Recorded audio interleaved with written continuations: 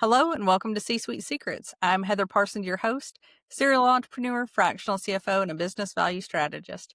I've spent years juggling business and family life while helping entrepreneurs scale, optimize cash flow, and build real financial success. On our show, we bring you real conversations with founders and executives and operators about what actually moves the needle in business. No fluff, no filler, just smart strategy, systems that work, and insights that you can put to use in your business right away. With that, let's dive right in. Today on C-Suite Secrets, I'm joined by Jonathan Buckley. Jonathan, welcome. Thank you very much for having me, Heather. It's an honor. Glad to have you. I'm really excited about today's conversation. I know a little bit about your history and your story, but I would love it if you could tell our audience about your journey and the last 25 years you've spent in business. You got it. Actually, it's a bit longer than that, Heather, but particularly in marketing. So I was a career CMO, Chief Marketing Officer in Silicon Valley for companies both public and private for some years. And about 16 years ago, I started a company called the Artesian Network. Now, an artesian water well, I had one where I grew up in Connecticut, is one, and if you drill it in the exact spot you need to, water will come up under its own pressure. There's no need to pump it, so to speak. Okay. So it is our metaphor for building revenue models, getting that repeatable, predictable revenue model for early stage, particularly enterprise tech startups. I love that. So we grew the business over the last 16 years. We're having our best year yet this year, and the outlook remains quite bright for the segment that we serve. It should be noted that more than 50% of our total client base to date has made it to IPO or a successful M&A transaction. The roughly other half, there are a couple of stories behind a few of them, but roughly the other half have made it to higher levels of financing, going from, say, Series B, C, D, etc. So they're on their way to something, presumably. That's huge. That's a huge path of growth going from startup to an IPO. I'd love to hear some of the things that you work with your clients on to help them prepare to get there. Sure, sure.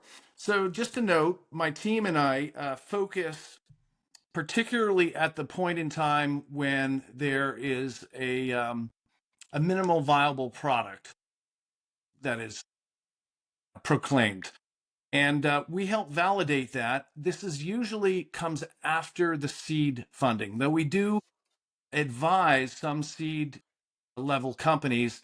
Most of our clients fall in the Series A and Series B level of financing from venture capitalists.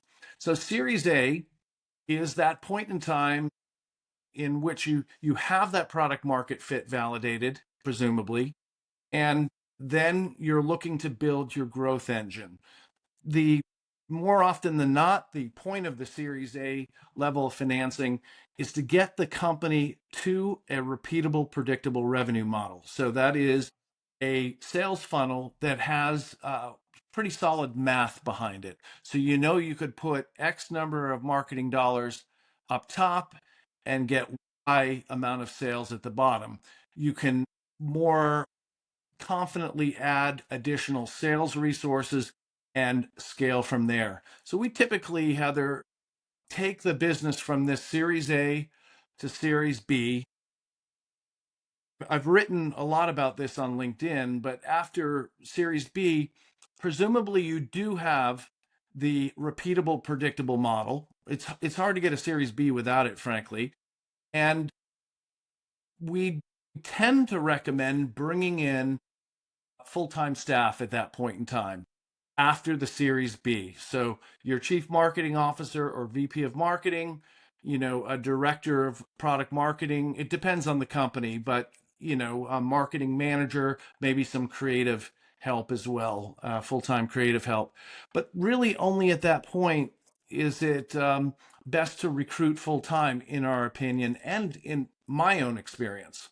And the reason for this, Heather, is your post Series B marketing staff are going to be focused on optimization and growth of that established repeatable, predictable revenue model, your funnel with good math behind it.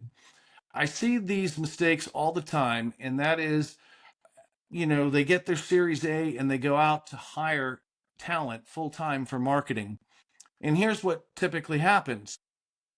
They ultimately have to reach into large companies with a director or senior director Right. who's perfectly competent, very well educated, and maybe 10 years of experience with the company to get there. But keep in mind, large company people are focused on optimization rather than the efficacy part of the equation. Another experimentation in an agile fashion, testing, validating, and then growing. So they tend to be more folks that are schooled in optimization. And the second thing we found is that typically they're well experienced in a narrow cast part of marketing, a siloed area of marketing, say demand gen people, content people, website people, so on and so forth. So what I've done is assemble a team that has all the components needed behind a fractional CMO model. And in two cases, I'm acting as a fractional CEO, if you can believe it.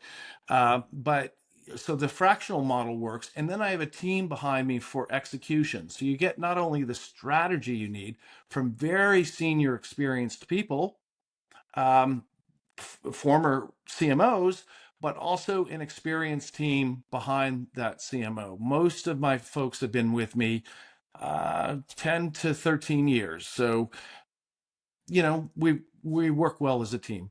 I love that. Now, as you know, I'm a huge fan of the fractional model as well. I think that Yes. is crucial for small businesses because, to your point, whenever you're getting to that Series B round, I'd love your thoughts on what revenue level are they at? I know it's a lot about, their predictability and their revenue, but I'd love to hear some of your thoughts on that. But I think for most small businesses, bringing on full-time staff in that marketing space, bringing on a full-time CFO or a lot of the other C-suite is really expensive, and it's really not what they need at the moment. I'd love your thoughts on that as well. Right. Sure. So let me break that up. Actually, on your last point, Heather, in addition to not finding fully experienced people, there is a quandary that a company that has not been de-risked has a hard time, if they even can afford a really senior full-time person, whether they can attract them to a company in its most risky state. Really, I think it's only 10% of all companies make it to even a Series C. Right. So, playing the startup game is difficult. It requires a lot of patience. So back to the Series B component of it. I haven't run the numbers lately. There are statistics on the average Series B financing level within the sector we operate. Last I checked, and through practice, we found that it depends on the product, the vertical. If it's floating on more promise rather than execution, because it's a very big and exciting space, it'll play a factor. But you really aim for 10 million in ARR in order to declare a repeatability, predictability in that revenue model. I've seen, first 5 million, some greater because it's a more commoditized space. People want to see it get more traction than that. But for purposes of our discussion, I'd say the 10 million mark is is I agree with that. I've seen similar working with clients in the past. I think once you get to the point that you're really working on the business rather than in it, you have predictable yeah. revenue. You know your business inside and out, and it truly is a business, not just a job. It's not just a Mm, small business. I think then is a great time to bring on some full-time staff. But until that yes. point, bringing in fractional folks, I think works really well. It gives you that expertise that you're looking for, but it also helps minimize the cost and the risk that's associated with it. And to your point, I know that trying to recruit top talent is always difficult. Yes. I'd love to dive back into a little bit around the startup space. So, Yes. what are some of the moments or lessons that you've really learned whenever you're helping some of these businesses build smarter, not just faster? Because I know as they grow, it's not just about bringing in more money, it's being sustainable as well. Sure. I'll give you a couple examples from both the success and the failure end of the equation. I've written fairly recently on LinkedIn about, I think it's entitled What We Learned from Our Two Most Epic Marketing Failures. They have a lot of patterns that they share between them. So let me start from that perspective. Turn it into a positive. What both did not have when they received the financing that they did. One received 30 million and one received 140 million, if you can believe it. Wow. The 30 million one, both, I should say, once we got working, we realized they hadn't reached MVP or minimal viable product in earnest. The larger company, the investors were basing things on 12 buyers in initial sales that the company had made. Mhm. Once we got in there initially to do messaging and positioning refinement and build out marketing systems, we realized that they were not repeatably closing deals after the proof of concept. This was a solution that really needed a proof of concept first. It was hands-on heavy. And once we investigated the nature of the issue, something we were not hired for, but in order to get your job done, you have to figure out why is this not working? We found out that all 12 sales were made to non-arm's length customers. What do Oh. I mean? CEO's college roommate, and separately the best man in his wedding. All companies rely on friends and family purchases early on. Really should be in the beta process, you see that. But to declare in earnest an MVP, you should have repeatability and predictability at arm's length. In other words, no strings attached. In the end, we found that only 3 out of the 12 ever attempted to install the product, and only one was still in the process of using it and was thinking of exiting it. So naturally, we had to report this. In this case, it was up to the CRO, and we resigned the project. And the second one, the $30 million financed one, was very similar. There were probably about 10 beta customers, and usually before the Artesian network gets to work, we speak with the customers that are on board already. In this case, we were given a set of Otter AI recordings of conversations with these customers. Well, it turns out, as we found in the end, they were not arm's length customers either. Mm. In fact, not one of them was with the company that they were with when it was purchased. Now, this was a much lower ASP product. It's more or less touchless. So you want to see repeatability at a much higher rate than 12. The other one was very enterprise heavy, installs on site, etc. This one was a SaaS product with AI as a back end for it. I won't go into what industry it was in or anything else, but suffice it to say, both companies really didn't have arm's length proof that they had an MVP, and the investors prematurely poured fuel on the fire. And nothing drives creativity better than scarcity, and they were not scarce for resources.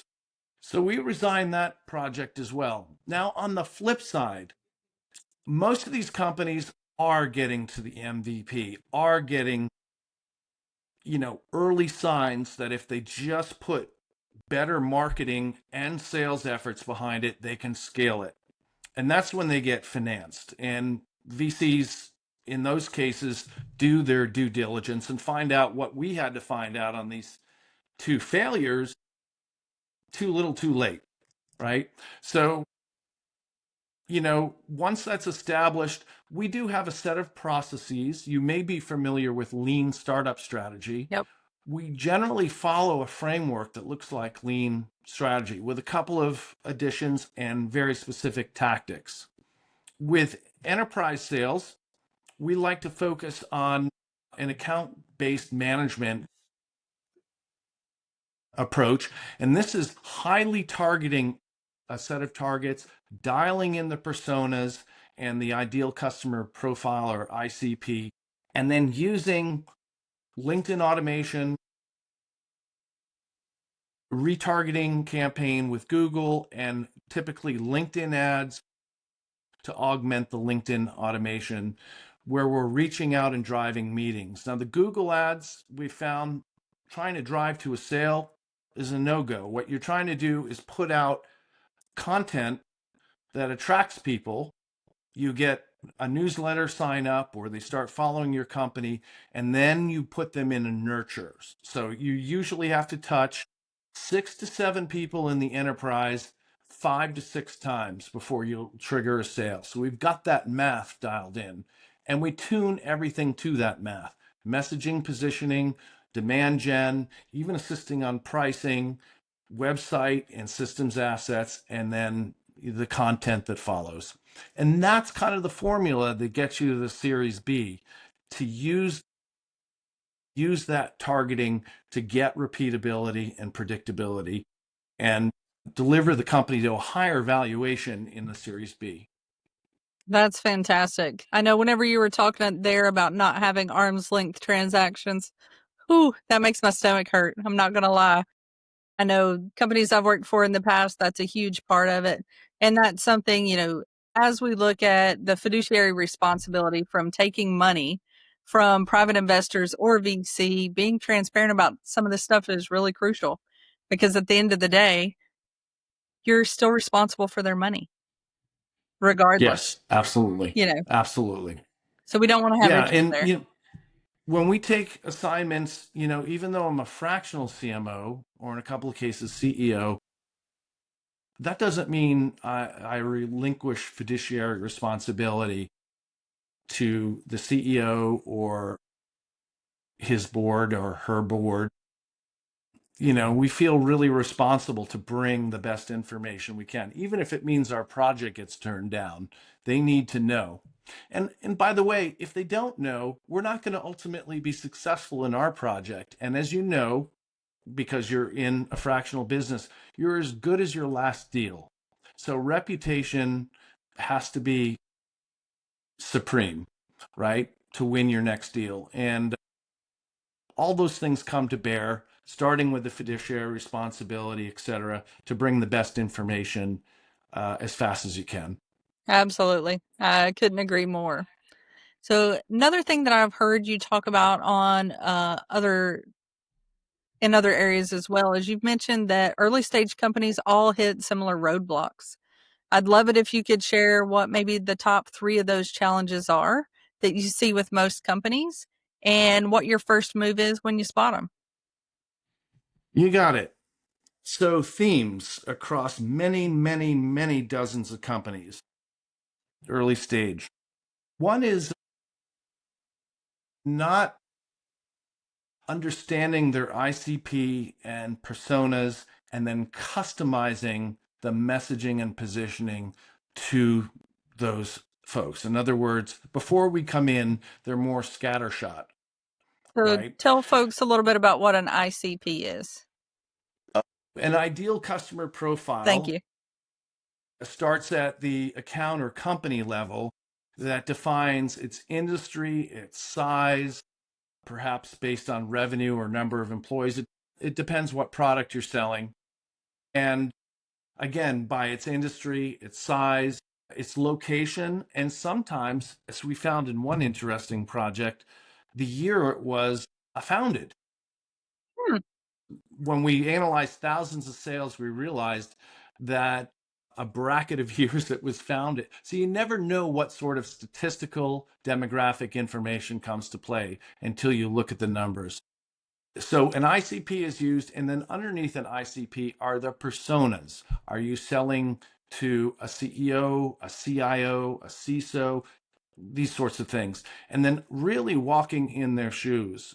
Now, generally, what we help our companies with when it comes to messaging and positioning, which is the second thing.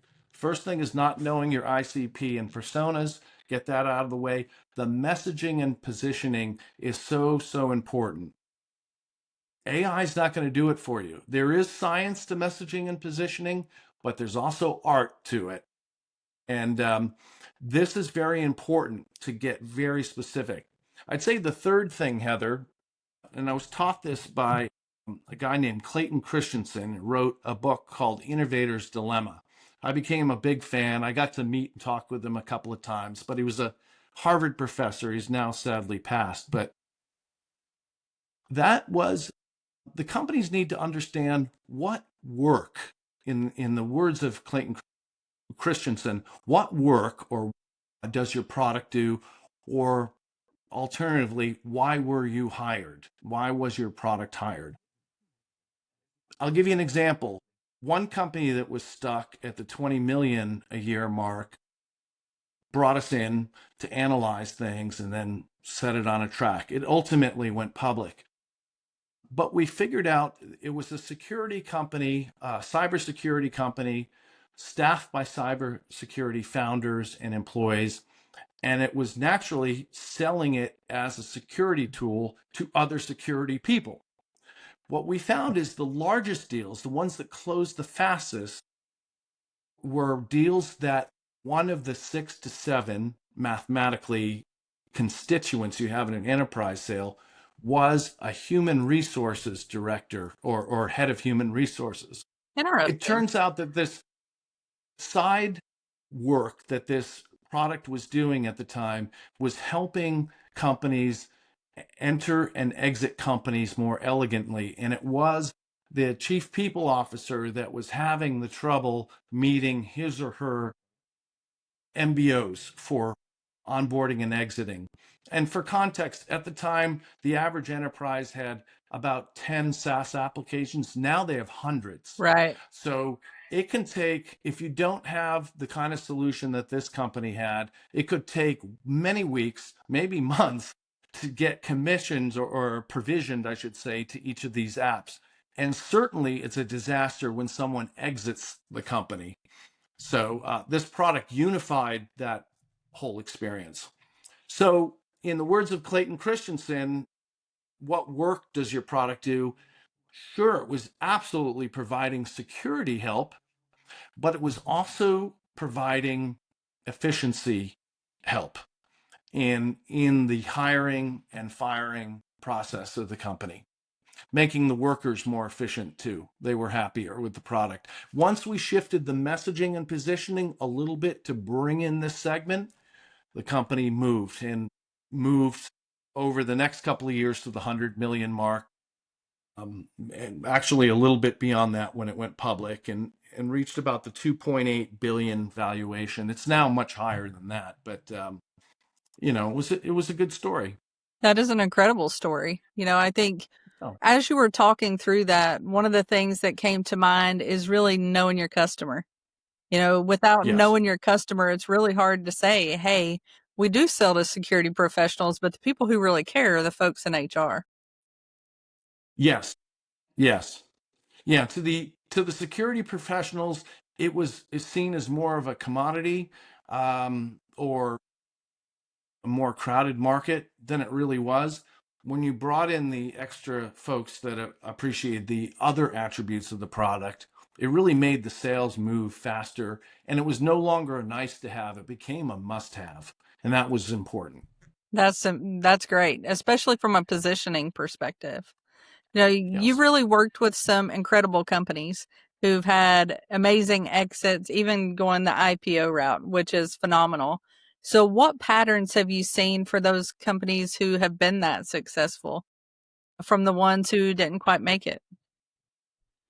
Well, in the end, all of them had fantastic sales divisions, starting with a chief revenue officer or VP of sales. and there were some female, some male, but I'll just use the male. Most of the time, they developed a very good culture within the company. One of the things we find is that the CEOs are developing culture way too late. You can start this when you're very small.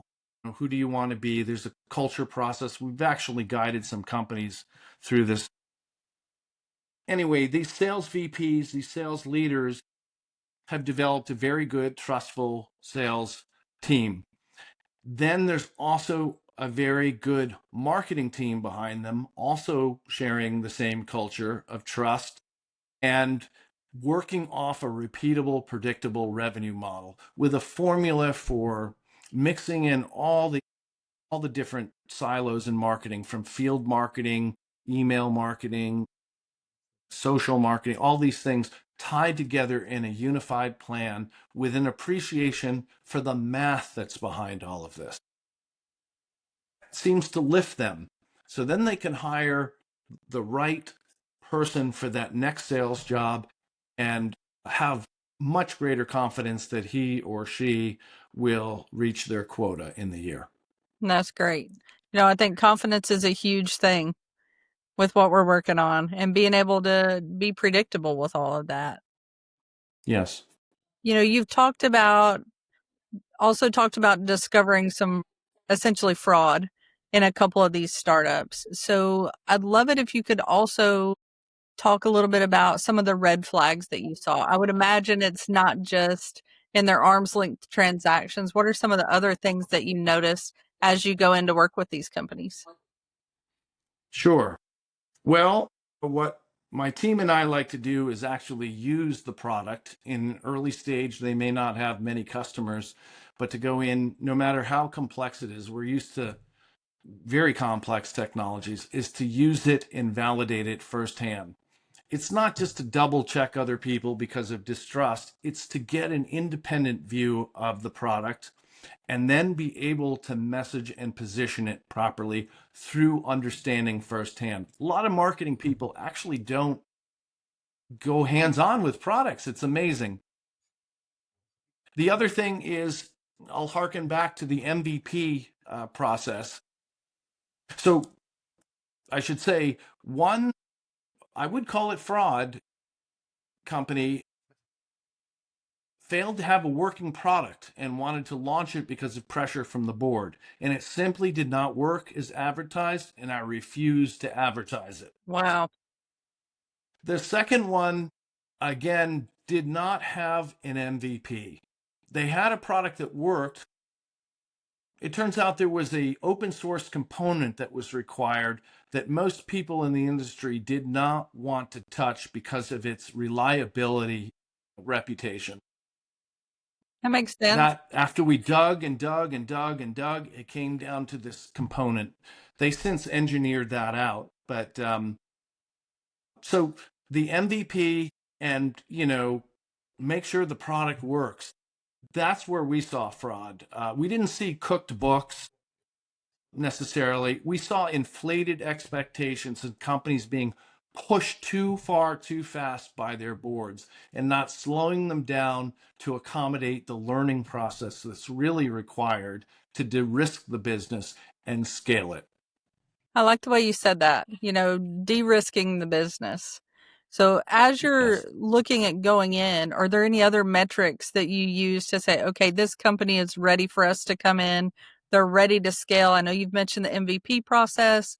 Anything else that you all look at to say, hey, we're ready to have a repeatable process. We're ready to get money in here and really grow this thing? Yeah, we have metrics up front of what we'd like to see in the MVP process. I believe I've published them. I'll go through them in a second. And we have metrics for when they're should be ready for full-time staffing and be able to attract the senior talent that they need because the business is seen as more de-risked and more likely to advance. In the MVPs, it depends on what industry segment, but you really should see 20 to 30 companies that have gone from beta to purchasing.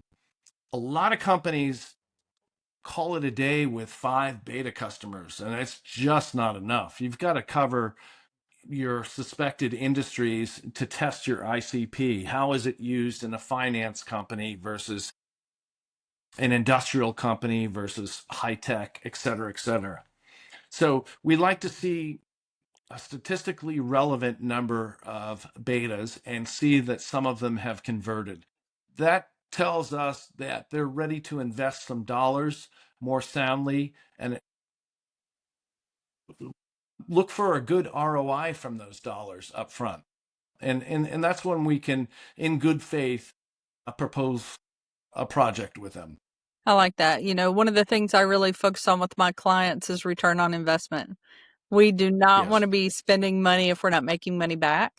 Really want to be right. focused on whether they're bootstrapping, whether they're using private money or going the VC route. You have to do something with that money to generate more income. You know, Yes, absolutely. Yep. I love what you're talking about there. So I know a lot of founders, the ones that I work with, a lot of times they scale with chaos. So any Yes. other systems or things that you see that you're really helping these founders align marketing and finance and operations so that they grow a little bit more streamlined? Yes. Interestingly, I have a management consulting background. You might remember Arthur Anderson I do. before Enron. Yep. It was it was quite a respected firm until Enron hit them. But I was a business consultant with them. So between that and my corporate experience where I was used to early in my career rotating around to different divisions, I gained the insight in thinking of the company as a whole, not just marketing. A lot of people come up in marketing, know marketing, but how it works with finance, how it works with software development or hardware development may be a mystery to them. They can't speak engineering, they can't speak CFO. So, you know, that becomes very important, in the process is to have that holistic look at things. So chaos, yes, we do come across some chaos companies. We have a 30-day no questions asked cancellation policy for both parties in our contracts, and we have exercised it because of chaos. Just can't get access to the CEO or other critical staff. It's right in our contract that it's essential, or we just sit there twiddling our thumbs and they won't get the ROI. This mostly comes from lack of process, perhaps lack of proper culture where they know how to prioritize their time and effort. These things need to be put in place so there is some structure to hold a presumably rapidly growing company as a whole unit growing. Think of it as a biosystem, all the elements of the business working together. Yeah, we do see chaos, Heather. We do too. So I was very curious about your perspective from the marketing lens. One of the Yeah. first things we try to do is get the right people in the right seats to limit some of that chaos because I think it's really hard to scale if you're Yes. operating in true chaos and you don't have the best processes or they're not written down. Um, Right. that's the accountant in me likes to have those processes that people actually follow because I do think Hmm. it minimizes some of that chaos and then sets you It up for does. more success later on, whether you're Hmm. which seed route you're in or where you're at in business. I think it's a lot easier to maneuver. And it takes Yes. you as the founder and CEO or others in the business. It means you can actually take a vacation on occasion or be sick, Absolutely. heaven forbid you get the flu. But I think it Right. really helps with that. Yes. Yes. So I know you've also had the opportunity to work a lot globally as well. So I'd love it if Yes. you could share, I'm a huge fan, love living in Europe, love working there. I'd love it if you could share some of the global trends that you're seeing in tech and AI and how things are changing for startups in the market right now. Okay. Certainly. Yes, we've had clients across Europe only one Asian customer out of China, actually, but some Middle Eastern customers, particularly out of Israel. They're generally speaking, I moved to Europe for a little while, lived in London and Barcelona. In London, I tried to grow the artesian network and was not met with success. What I found was generally they're 8 to 10 years behind in methodologies, systems, technologies for marketing. Their rates as a consultant coming in are much lower in Europe. Right. So they're running a little bit behind. The rates are lower, great, but there's less efficacy. And then, I'm not sure what sort of every country seems to be having its nationalism these days. I don't know if that came into effect that I'm a Yankee, but we did end up with a couple of large clients out of the UK, one out of Turkey. I guess that it doesn't count as Europe. A half of It does. Istanbul does, and the other half is the Middle East. But I remember walking across that bridge that demarks the two continents. Um, so anyway, so generally in the UK, Europe, a bit behind. The Middle East, very focused on product development, very aggressive in developing product. And a couple of those CEOs are very keen on bringing in leading talent in the US to end the productization process and to message and position early. We've had a number of repeated customers out of Israel. Some I started as an advisor and then brought my team in later, and had some good exits out of Israel. So, yes. That's wonderful. So, one question that I also have for you. So, if somebody is a founder that's listening, what is something that they can act on today that would help them with their marketing and growing their business? Sure.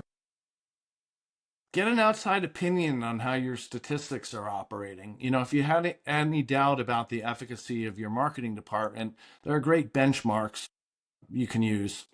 AI will get you part of the way there, but really bring in a senior person who might be like the Artesian network. We use 14 different AI tools, by the way. So we're really augmenting our deep experience with current technology and benchmark things and look for areas of improvement. I just took a meeting today with a CEO on this coming Friday that wants to check on his CMO's performance by having an outside opinion. Okay. Sometimes that causes some consternation, but wanted an objective review. This is, you know, it takes a little time, but it is worth it because then from an outsider, even if you're not going to hire the outsider, but you leverage his or her experience, you get a good idea if you're on track or not. Sometimes when you're really close to the tree, Heather, it's hard to see the forest, as they say. I love that. And I think that applies to marketing in several other areas as well. And I don't think most professionals should feel threatened. I think it's good to get that extra set of eyes and ears on what you're doing because I know a lot of Mm-hmm. founders, we're really good at one or two things, but being great at Mm-hmm. all the things, you don't have all the information and it's not really your No, strength. So bringing in somebody like no. you're talking about, I think is a great piece of advice. Yeah, yeah, absolutely. Mm. I think it's good for the founders that are listening. So today's episode's been really interesting. I've really enjoyed the conversation. So one last question I have for you before we wrap up. I'd love to hear what's one thing Okay. that you wish that you would have known before you started out as an entrepreneur? Let's see. Well, I starting out as an entrepreneur in my line of work, building trust is the most important thing. I know you know that being Oh a yeah. fractional executive yourself. So, even though I was a career CMO before, I did leverage have to leverage my friends and family network to jumpstart and then build on referral business after that. I wish I started earlier ramping our business using LinkedIn automation, which we do with a lot of our customers. We've got a very good process and technology for that. But I wish I started that a bit earlier after the referral. I would have scaled faster. Referrals will only bring you so far so fast. So bringing in, ironically, demand gen for our own work in earnest, rather than just prescribing it for others, I would have done that if I could redo things. I love that. That's some sage wisdom and great advice. So today's Yes. episode has been great. I've loved the conversation. So if our listeners would like to connect with you or learn more about what you're working on, what's the best way for them to reach out? Okay, a couple of ways. On LinkedIn, I am Jonathan U. Buckley, and I have a it's professional website, jonathanwbuckley.com or artesiannetwork.com. Not artisanal, but artesiannetwork.com, as in an artesian well. And you can reach me through any of those vehicles, my personal website, the business website, or LinkedIn. Wonderful. Well, thank you so much for being on today. And thank you to everybody for listening to C-Suite Secrets. If you have found today's conversation as valuable as I have, be sure to hit that like and follow button and share with a friend who is building a business as well. And if you want more tips on how to grow your business between episodes, you can find us on Facebook at C-Suite Insiders. And until next time, remember, you don't have to do this alone.